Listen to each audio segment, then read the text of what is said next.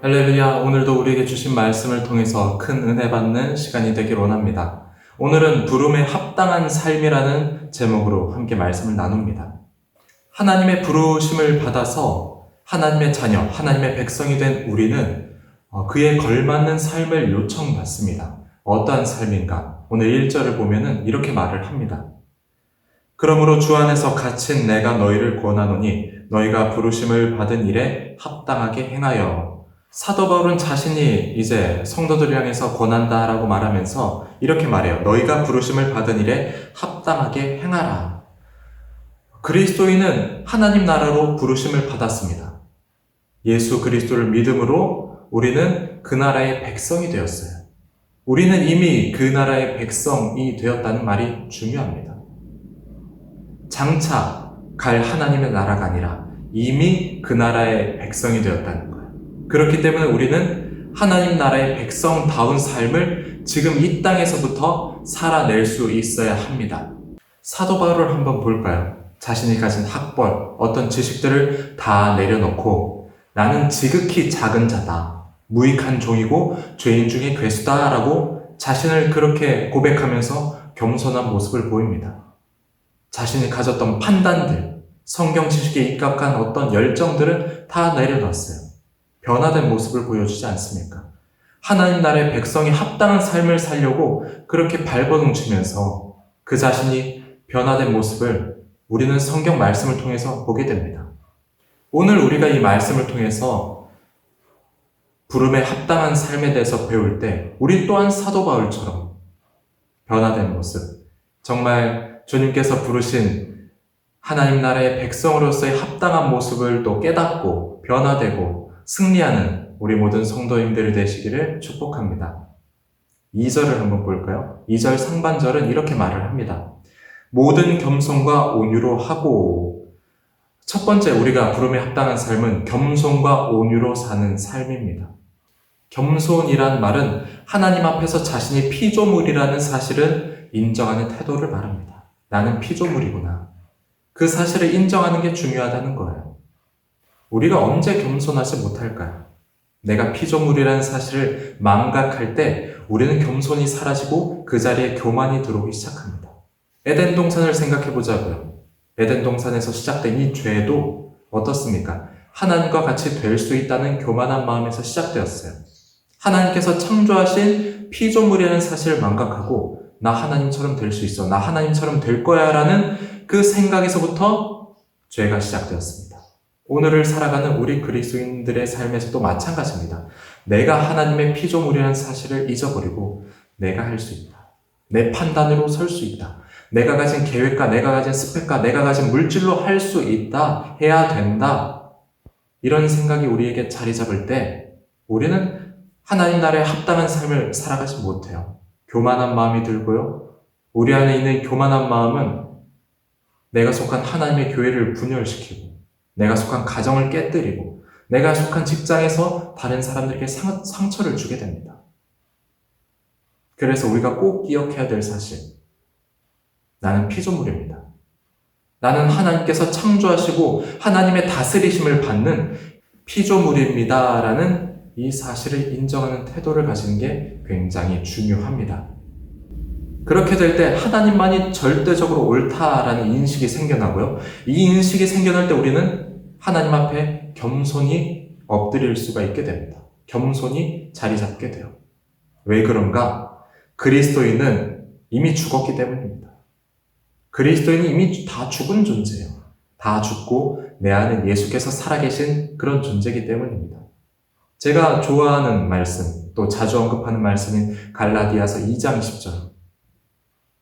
내가 십자가에 못 박혔나니 그런즉 이제는 내가 사는 것이 아니요 오직 내 안에 그리스도께서 사시는 것이라. 이제 우리 그리스도인들의 삶은 내 육신의 자아가 사는 삶이 아닙니다. 내 욕심, 내 교만이 살아가는 삶이 아닙니다. 내 안에 예수님께서 살아계시기 때문에 예수의 생명으로 살기 때문에 내가 죽었다는 거예요.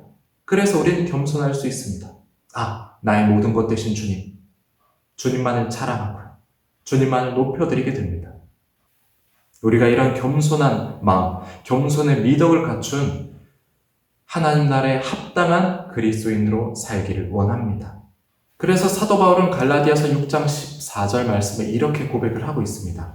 그러나 내게는 우리 주 예수 그리스도의 십자가 외에 결코 자랑할 것이 없으니, 자랑할 것이 없다는 거예요. 그리스도 외에 자랑할 게 없습니다. 왜냐하면 그분이 나의 전부이시니까, 그분이 나의 생명이시니까 자랑할 것이 없다는 거예요. 빌립보서에서는 어떻게 또 말을 합니까? 그는 근본 하나님의 본체시나 하나님과 동등됨을 취할 것으로 여기지 아니하시고 오히려 자기를 비어 종의 형체를 가지사 사람들과 같이 되셨다. 예수님의 삶이 이러했다는 것을 보여줍니다. 겸손하지 않았나. 예수님께서는 하나님과 동등한 존재셨지만은 종의 형체를 가지시고 우리를 위해서 죽으셨다. 그러면서 겸손의 본을 보이셨다. 그분을 따라가는 자는 예수님께서 보이셨던 그 겸손을 따라가는 자가 되어야 한다. 예수님의 마음을 본받아야 된다라고 우리에게 사도 바울은 설명을 합니다. 또한 부름을 받은 합당한 자의 삶의 모습에는 온유함이 필요합니다. 온유는 미크니스라는 헬라어입니다. 부드럽고 친절한 자세를 의미하는데요. 원래는 이런 뜻이 있어요. 사나운 야생 짐승을 길들여서, 야생 짐승은 어떻습니까? 그 힘이 마구잡이로 폭발하지 않습니까? 그 힘을 잘 다스려서 올바른 일에 쓰여지는 것을 말합니다. 그게 바로 온유입니다. 따라서 진정한 온유는 잘못된 본성을 다스려서 올바른 일에 쓰여질 수 있도록 돕는 거예요. 우리 그리스도인들, 우리가 말씀으로 또 기도 생활하면서, 신앙생활하면서 우리의 모든 연약한 심령들, 모든 연약한 부분들을 잘 다스려서 올바른 곳에 쓰여지는 것. 그것이 바로 그리스도인의 삶이지 않습니까? 결국 온유란 우리가 주님 안에서 말씀과 또 기도 생활, 신앙 생활 하면서 우리의 잘못된 본성을 잘 다스리는 것, 또 올바르게 변화시키는 것을 뜻합니다. 그런데 어떻습니까? 우리가 예수님을 믿으면서도, 또 중직자이면서도, 또 사역자이면서도 우리가 겸손함보다는 혈기를 드러내고 자존심을 또 내세우고 내가 가진 지식에 입각해서 주장하고 판단하고, 그렇다면 우리는 부름을 받은 합당한 삶의 모습을 사는 것이 아니게 됩니다. 그리스도인으로서 굉장히 부끄러운 모습이라고 할 수 있어요. 하나님께서 우리를 부르시고 또 우리에게 요청하신 삶은 그렇지 않기 때문입니다. 온유한 마음, 또 겸손한 마음, 나를 낮추고 남을 높여줄 수 있는 마음, 나는 피조물이거나 그것을 인정할 수 있는 마음, 그것이 필요한데 여전히 나는 죽었는데 이미 십자가에서 죽은 나를 들고 계속해서 주장한다면 주님께서 보시기에 얼마나 안타까운 모습일까 생각해 보게 됩니다. 주님께서는 그분의 영광스러운 기업을 맡기실 때 온유한 자를 찾으십니다. 왜 그렇습니까? 온유한 자를 통해서만이 복음이, 하나님 나라의 진리가 변질되지 않고 막히지 않고 올바르게 전해질 수 있기 때문입니다. 마치 우리가 깨끗한 계곡물을 보면은 계곡 밑바닥까지 다 훤히 보이는 것처럼 온유한 자의 심령을 통해서 복음이 변질되지 않는다는 거예요. 혼탁해서 혼미해지지 않는다는 겁니다. 온전히 오롯이 복음을 투영해낼 수 있는 삶. 그것은 바로 온유한 자를 통해서 가능하기 때문에 예수님께서는 우리에게 그분의 기업을 맡기실 때 특별히 온유한 자를 통해서 더 역사하십니다. 두 번째, 우리가 합당한 삶은 사랑 가운데 용납하는 삶입니다. 사랑 가운데 용납하는 삶. 2절 하반절을 볼까요? 사랑 가운데서 서로 용납하고, 여기서 사랑 가운데라는 말은 사랑에 푹 잠겨있다라는 말을 뜻합니다. 사랑에 완전히 잠겨있는 거예요. 사랑에 잠겨있는 사람이 움직이면 그 움직이는 곳마다 사랑의 흔적들이 남게 됩니다. 타인의 허물을 바라볼 때 그 허물을 안타까워하는 마음으로 덮어주게 됩니다. 내가 가진 시선으로 판단하는 것이 아니라 용납해주고 또 보듬어주고 사랑을, 예수님의 주신 사랑을 온전히 100% 투영해내게 됩니다. 미움의 감정은 소멸되게 되고요. 비난과 또 책망은 사라지게 됩니다. 이것이 바로 예수님의 사랑을 투영해내는 자의 삶입니다. 예수님께서는 제자들에게 이런 말씀을 하셨어요. 서로 사랑하라. 세 계명을 주는데 그것은 바로 서로 사랑하는 것, 그 하나다. 그러면서 내가 너희를 사랑한 것 같이 너희도 서로 사랑해라 우리에게 말씀하십니다. 예수님께서 우리를 사랑하는 것 같이 그 사랑을 우리를 통해서 드러내길 원하신다는 거예요. 예수님의 사랑은 어떤 사랑입니까? 십자가에서 죽으신 사랑이지 않습니까? 내가 죽어야 된다는 거예요. 내가 죽을 때 우리는 서로 사랑할 수 있다는 거예요. 내 자존심이 죽어야 되고요. 내 판단이 죽어야 됩니다. 내 이익, 내 유익이 죽어야 된다는 거예요. 그럴 때 우리는 예수님께서 우리에게 서로 사랑하라는 그 사랑을 온전히 나를 통해서 실천하게 됩니다. 내가 죽고 내 안에 예수님께서 살아계실 때 우리는 나를 통해서 온전히 예수님의 사랑을 드러낼 수 있게 됩니다. 세상 공동체는 어떻습니까? 서로 사랑하는 것처럼 보여도 자신의 유익이 손해볼 것 같으면 서로 등 돌리고 남남이 되는 일들이 비일비재합니다. 하지만 교회 공동체, 하나님 나라의 백성의 공동체는 그렇지 않다는 거예요. 내 유익, 그것이 우선순위가 되지 않기 때문입니다. 서로 사랑하는 것이 우선순위가 되기 때문에 예수님께서 그러하셨듯이 내 유익이 소멸되는 한이 있어도 서로 사랑하라, 그 말씀이 나에게 우선순위가 되기 때문에 우리는 내 자존심 내세우지 않게 된다는 거예요. 예수님의 사랑으로 살기 때문입니다. 우리는. 그게 바로 그리스도인이고 부르심에 합당한 삶인 줄 믿으시길 원합니다. 2절을 다시 한번 보면 용납하라 라고 말합니다. 용납이라는 말은 상대방을 자신의 뜻에 맞춰서 어떤 변형시키는 모습이 아니라 있는 그대로 받아들이는 모습을 바로 용납이라고 합니다. 그런 의미에서 용납은 잘못된 모습, 또 잘된 모습 할 것 없이 그냥 품어주는 거예요. 아, 그 사람의 모습은 그렇구나. 저 사람은 저런 모습이구나. 그냥 있는 그대로 받아주는 것입니다. 내가 가진 어떤 프리즘에 비추어서 바라보는 것이 아니에요. 그냥 있는 모습 그대로 받아주는 것. 그것이 바로 용납입니다. 로마서 15장 7절에서는 이렇게 말을 합니다. 그러므로 그리스도께서 우리를 받아 하나님께 영광을 돌리심과 같이 너희도 서로 받으라. 예수님께서는 죄인된 우리를 용납하여 받아주셨습니다. 너희 먼저 의인 되라고 하지 않으시고 죄인된 우리를 있는 그대로 받아주심으로써 하나님께 영광을 올려드렸어요. 우리가 하나님께 영광을 올려드릴 수 있는 방법이 바로 이것입니다.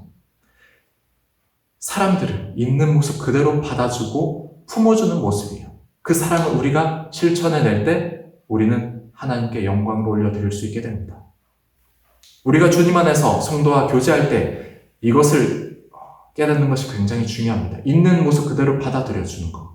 변화시키려고 계속해서 잘못된 것을 지적하고 이거 사실은 좋지 않은 모습이에요. 여러분, 변화는 누가 하는 겁니까? 그것은 성령께서 하시는 거예요. 성령의 역사로 사람이 변화되지 사람이 사람을 변화시키지 못합니다. 성령께서 하신 일을 성령께 주권으로 올려드리고 우리에게 주님께서 원하시는 것은 그냥 용납하는 거예요. 있는 모습 그대로 받아들여줘라. 교회 안으로 품으라. 사랑으로 품어라. 그것이 그리스도의 몸된 교회인 우리에게 주시는 부르심에 합당한 삶의 모습입니다.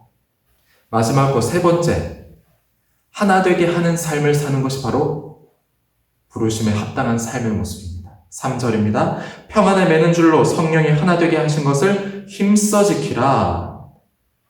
그리스도인은 성령의 역사로 거듭나고 하나님의 자녀가 되었습니다. 성령께서는 우리에게 그리스도의 몸된 교회, 하나의 교회로 하나 되게 하셨어요. 우린 성령께서 하나 되게 하신 이 가족 공동체 안에서 온유하고 겸손하고 또 용납하고 서로 사랑하면서 그 교회가 더 하나로 끈끈하게 작동하게 만드는 역할을 우리에게 주셨습니다. 평안에 매는 줄은 성령의 역사로 작동을 합니다. 성령께서는 이 평안에 매는 줄로 우리를 아주 끈끈하게 결속을 시키셨습니다. 그래서 우리는 성령께서 하나 되게 하신 교회를 하나 되게 할 수 있도록 그것을 지켜내야 돼요. 우리에게 주신 사명입니다. 교회 안에서 분열하는 것, 생각이 다르다고 비방하는 것, 그것은 옳지 않은 모습입니다. 성령께서 하나 되게 하신 교회, 하나의 교회를 이루라고 우리 안에 계신 성령께서는 계속해서 말씀을 하고 있습니다. 비난하고 싶은 마음, 또 판단하고 싶은 마음이 들어올 때 교회 안에서. 하지만 성령께서는 우리에게 말씀하시는 거예요. 내 안에 계신 성령께서는 용납해라. 용납해라. 사랑해라. 너 온유해라. 그런 말씀을 우리에게 계속해서 주시면서 하나 되게 하신 교회를 우리 안에 계신 성령께서는 지키게 하십니다. 우리 마지막으로 4절, 6절을 읽어볼까요? 몸이 하나요 성령도 한 분이시니 이와 같이 너희가 부르심의 한 소망 안에서 부르심을 받았느니라. 주도 한 분이시요 믿음도 하나요 세례도 하나요 하나님도 한 분이시니 곧 만유의 아버지시라. 만유에 계시고 만유를 통일하시고 만유 가운데 계시도다. 아멘. 그리스도인들은 부르심의 한 소망 안에서 부름을 받은 자들입니다. 우리를 구원하신 하나님도 한 분이시고 믿음도 하나고 만물을 주관하신 하나님도 한 분이십니다. 그 하나님은 만물의 아버지로서 만물 위에 계시고 만물을 통제하고 다스리시고 만물 가운데 계신 한 분 하나님이십니다. 그러므로 우리가 이런 하나님의 뜻을 따르는 공동체라면 하나된 공동체를 이루어야 합니다. 말씀을 마칩니다. 성령께서 하나 되게 하신 교회를 지켜나가며 오늘 부름에 합당한 자의 삶의 모습으로 살아내는 성도 여러분들 되시기를 주님의 이름으로 축복합니다.